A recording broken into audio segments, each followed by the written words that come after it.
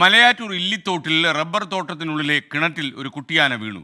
ഇന്ന് പുലർച്ചെയായിരുന്നു ഈ അപകടം ഉണ്ടായത്. പ്രദേശത്ത് കാട്ടാനക്കൂട്ടം നിലയുറപ്പിച്ചിരിക്കുന്നു. അതുകൊണ്ട് തന്നെ വനംവകുപ്പ് ഉദ്യോഗസ്ഥന്മാർക്ക് രക്ഷാപ്രവർത്തനം നടത്താൻ കഴിയുന്നില്ല എന്നാണ് അറിയാൻ കഴിയുന്നത്. വിവരങ്ങളുമായി ടെലിഫോണിൽ നമുക്കൊപ്പം എസ് ശ്രീകാന്ത് ചേരുന്നു. ശ്രീകാന്ത്, കൂടുതൽ വിശദാംശങ്ങൾ എന്തൊക്കെയാണ് കിട്ടിയത്? മലയാറ്റൂർ നീലീശ്വരം പഞ്ചായത്തിലെ 7-ാം വാർഡിലെ മുളംകുഴിയിൽ സ്വകാര്യ വ്യക്തിയുടെ പറമ്പിലെ കിണറ്റിലാണ് ആന വീണത്. വെള്ളിയാഴ്ച വെളുപ്പിന്, അതായത് ഇന്ന് വെളുപ്പിന് 1 മണിയോടുകൂടിയാണ് ഈ സംഭവം ഉണ്ടാവുന്നത്. 2 വയസ്സ് പ്രായമുള്ള കുട്ടിയാനയാണ് വീണത്.